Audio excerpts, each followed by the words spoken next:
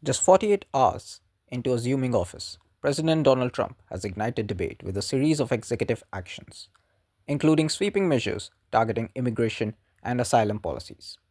Among the most contentious moves is his announcement to end birthright citizenship, a right guaranteed under the US Constitution, and deploy troops to the US Mexico border. In a dramatic Oval Office press conference, Trump declared a national emergency at the southern border, unveiling the controversial order to revoke the automatic granting of US citizenship to those born on American soil.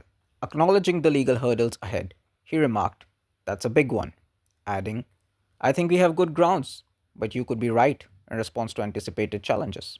While emphasizing support for legal immigration, Trump defended the measures, stating, "We need people, and I am absolutely fine with legal immigration. We want to have it." However, his aggressive stance on border control and asylum has sparked outrage among activists and liberal groups. A looming crackdown on illegal immigration, whom Trump labels illegal aliens, is looming. These executive orders mark a bold start to Trump's presidency. However, what no one is talking about is the reverberating impact it might have on Europe. As the EU, often labeled the unwanted lackey of the US, faces mounting pressure, it seems poised to abandon its past criticism of Donald Trump and fall in line with his hardline policies. Ukraine's latest moves suggest Kiev is already anticipating the heat. Deputy Prime Minister Oleksiy Shchernov recently announced plans to establish processing centers in Germany, aiming to encourage Ukrainian refugees to return home. With over a million Ukrainians having fled to Germany since Russia's invasion, these centers will assist with job placements, housing, and education, including opportunities back in Ukraine. Chernyshov claimed a significant number of refugees are seriously considering returning, as Kiev faces increasing scrutiny over the prolonged displacement of its citizens. The move comes amidst Germany's shifting political landscape, where immigration has become a central issue in the elections.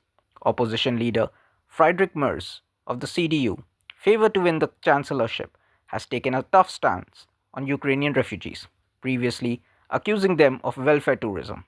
Although Merz later apologized, his comments reflect rising anti Ukraine sentiment among German opposition parties like the CDU and AfD, further complicating Kiev's position. The shift in Europe's migration policies is no longer confined to Germany. Across the bloc, leaders are changing their approach as the political and security landscape evolves.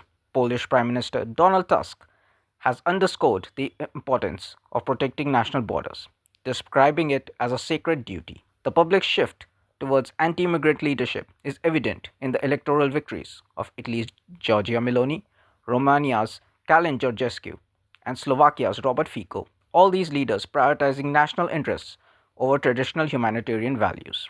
The momentum is unmistakable. Europe is recalibrating its policies on migration.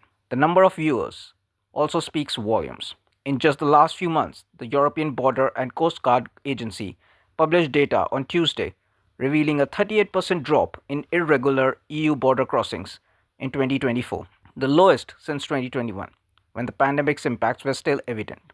Frontex said the decline was driven by a 59% reduction in departures from Tunisia and Libya. Migration from Ukraine also dropped. With Donald Trump's recent return to power in the United States, the global anti migrant narrative is expected to gain further traction, emboldening nations to prioritize sovereignty and security over open border policies. This shift signals a potential transformation in global migration dynamics, reshaping world policies.